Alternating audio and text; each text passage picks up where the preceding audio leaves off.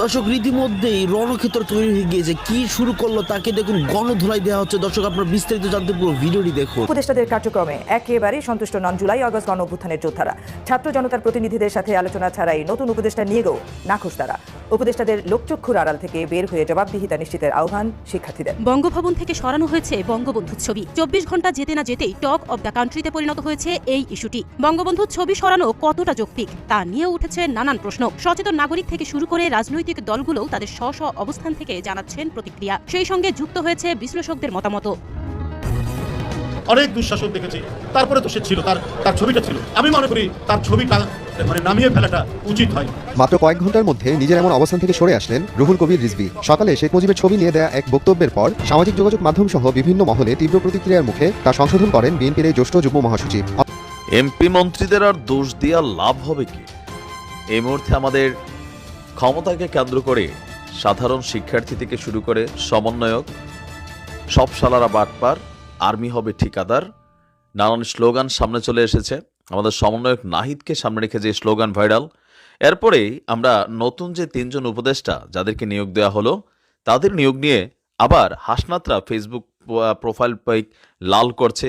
আসসালামু আলাইকুম রহমতুল্লাহ, সবাই কেমন আছেন? আশা করি সবাই অনেক অনেক ভালো এবং সুস্থ আছেন। সবাইকে স্বাগতম জানাচ্ছি আমাদের আরেক নতুন ভিডিওতে।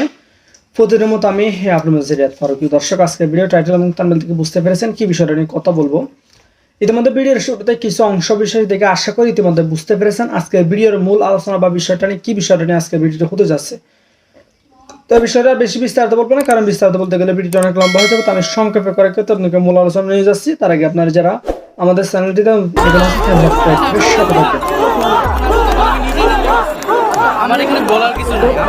দর্শক রীতিমধ্যেই রণক্ষেত্র তৈরি হয়ে গিয়েছে। কি শুরু করলো তাকে দেখুন, গণধোলাই দেওয়া হচ্ছে। দর্শক আপনার বিস্তারিত জানতে পুরো ভিডিওটি দেখুন। উপদেষ্টাদের কার্যক্রমে একেবারেই সন্তুষ্ট নন জুলাই আগস্ট গণ অভ্যুত্থানের যোদ্ধারা। ছাত্র জনতার প্রতিনিধিদের সাথে আলোচনা ছাড়াই নতুন উপদেষ্টা নিয়েও নাখোশ তারা। উপদেষ্টাদের লোকচক্ষুর আড়াল থেকে বের হয়ে জবাবদিহিতা নিশ্চিতের আহ্বান শিক্ষার্থীদের।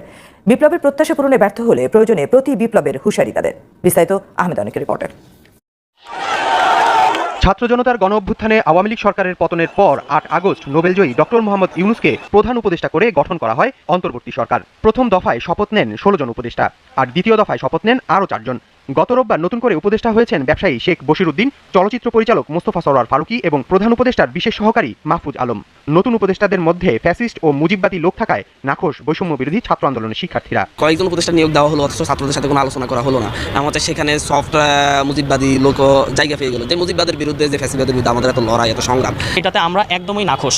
জনগণের যে ম্যান্ডেট, এই ম্যান্ডেট অনুযায়ী নিয়োগ হয়নি। দ্রুততম সময়ের মধ্যে যদি তাদের অপসারণ না করা হয় তাহলে আমরা আবার রাজপথে নামবো। বিপ্লব আমরা ঘটিয়েছি, আমরাই আবার প্রতি বিপ্লব ঘটাবো। কোনো একজন উপদেষ্টার হয়তো পরিচিত কিংবা তার কাছের লোক, এই ধরনের লোকেরাই নিয়োগ পাচ্ছে।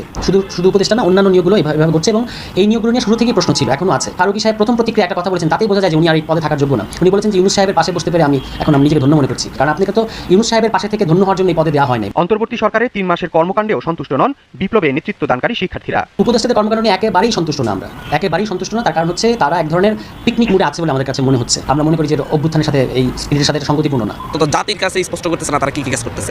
এই দিক দিয়ে আমরা অসন্তুষ্ট। ওনারা লোকচক্ষুর অন্তরালে থাকতে পছন্দ করতেছেন, এটা আসলে ভালো দিক বলে মনে হচ্ছে না। আমরা মনে করি ওনারা মানুষের সামনে এসে জবাবদিহিতা করা উচিত। বর্তমান সরকার জনগণের প্রত্যাশা পূরণে ব্যর্থ হলে প্রয়োজনীয় পদক্ষেপ নেওয়া হবে বলে জানান শিক্ষার্থীরা। সব ভুলগুলো সংশোধন করে ফেলতে হবে। তারপরেও যদি এই ভুলগুলো সংশোধন না করে তাহলে আমরা তখন খুব দ্রুততম সময়ের মধ্যে যাব, নির্বাচিত সরকারের হাতে দায়িত্ব দিয়ে দেন। তখন আমাদের একটা অভিযোগ তোলার জায়গা থাকবে। বৈষম্যবিরোধী ছাত্র আন্দোলন যদি বিপ্লবের যে স্পিরিট, সেই স্পিরিটের বাইরে গিয়ে যদি সরকার পথ চলতে চায়, তাহলে সেই ক্ষেত্রে সবার আগে বাধা হয়ে দাঁড়াবে বৈষম্যবিরোধী ছাত্র আন্দোলন। অন্তর্বর্তী সরকারকে প্রয়োজনীয় সহযোগিতার পাশাপাশি বিপ্লবের লক্ষ্য আদায়ে শিক্ষার্থীরা সব সময় সজাগ আছে বলে জানান জুলাই আগস্টের বিপ্লবীরা।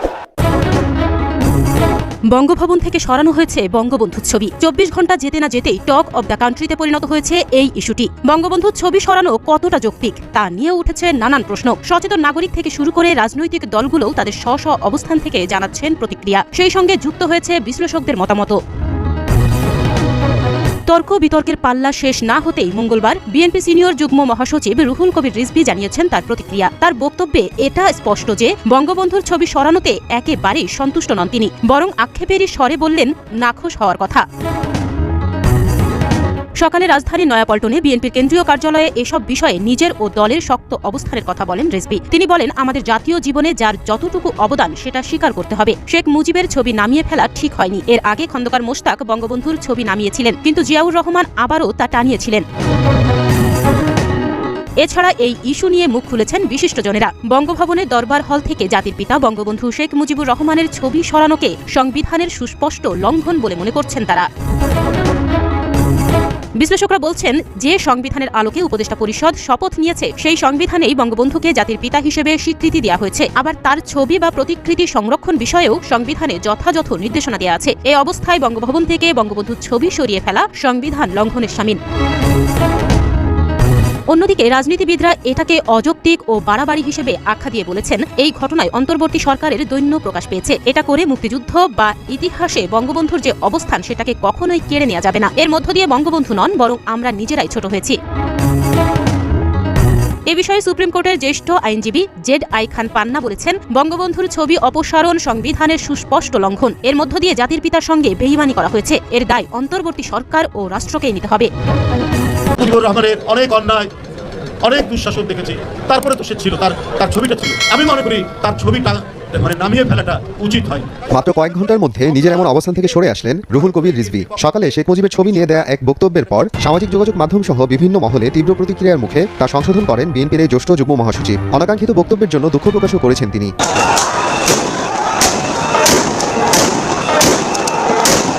মূলত ছাত্র জনতার অভ্যুত্থানে গত 5 আগস্ট পতন হয় আওয়ামী লীগ সরকারের। দীর্ঘ 15 বছরের শাসন ক্ষমতা ছেড়ে বোন রেহানাকে নিয়ে ভারতে আশ্রয় নেন শেখ হাসিনা। ওই দিন থেকে বিভিন্ন দপ্তর থেকে নামানো শুরু হয় শেখ হাসিনা ও শেখ মুজিবুর রহমানের ছবি। কার্যালয়ে শেখ মুজিবের ছবি রাখায় সমালোচনা হয় উপদেষ্টা আসিফ নজরুলের। এরপর বিভিন্ন মন্ত্রণালয় থেকে নামানো হয় ছবি।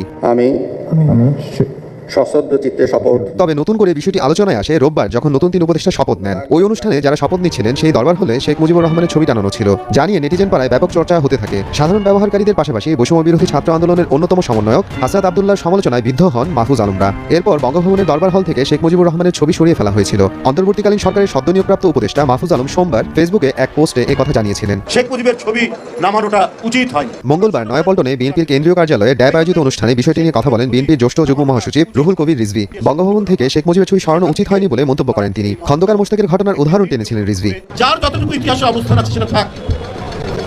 আপনারা স্বাধীনতার পরে শেখ মুজিবুর রহমানের অনেক অন্যায়, অনেক দুঃশাসন দেখেছি, তারপরে তো সে ছিল, তার ছবিটা ছিল। জিয়াউর রহমান কিন্তু তার ছবি পুনঃস্থাপন করেছে। আমি মনে করি তার ছবিটা নামিয়ে ফেলাটা উচিত হয়।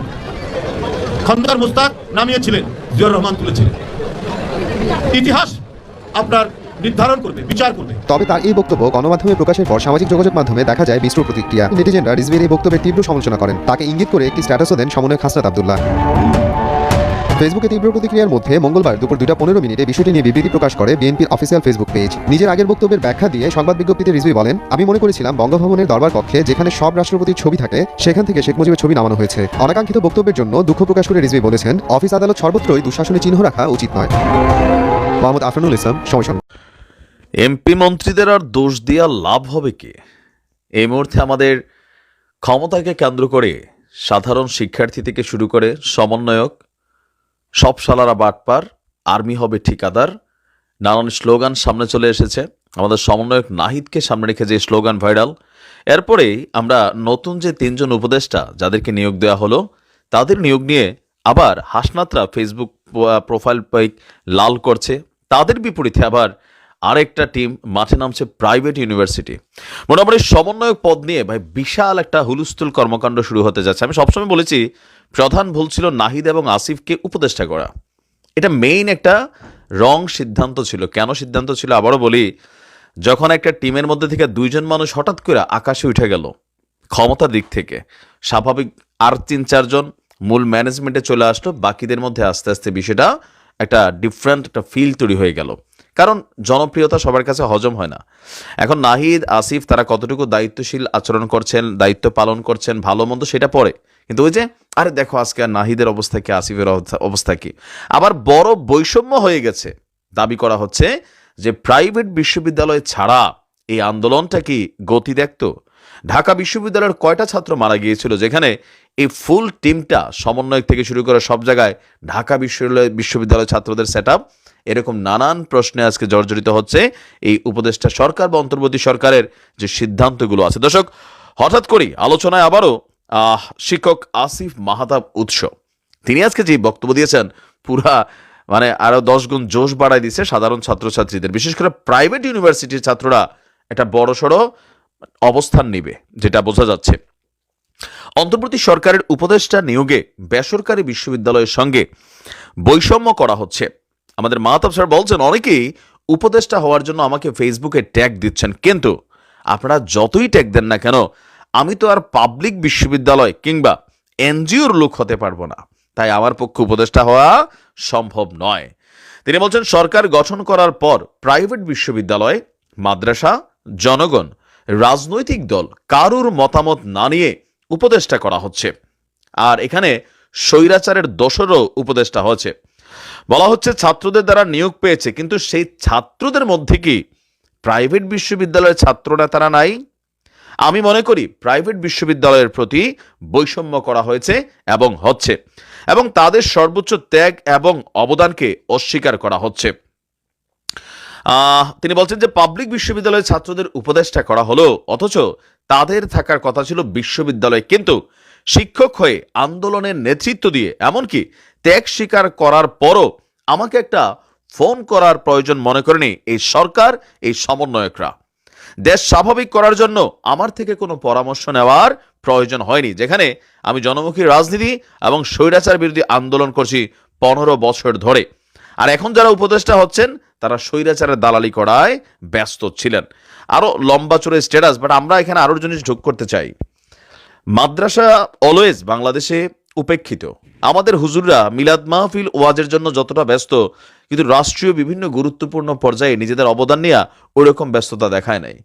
এই যে মাদ্রাসা আপনি দেখেন আন্দোলন করে ভালো করে দেখবেন, দাড়ি টুপি, তো এরা কারা? মাদ্রাসারই ছাত্র, কওমি, হাফিজি, আরো বিভিন্ন সেকশনের।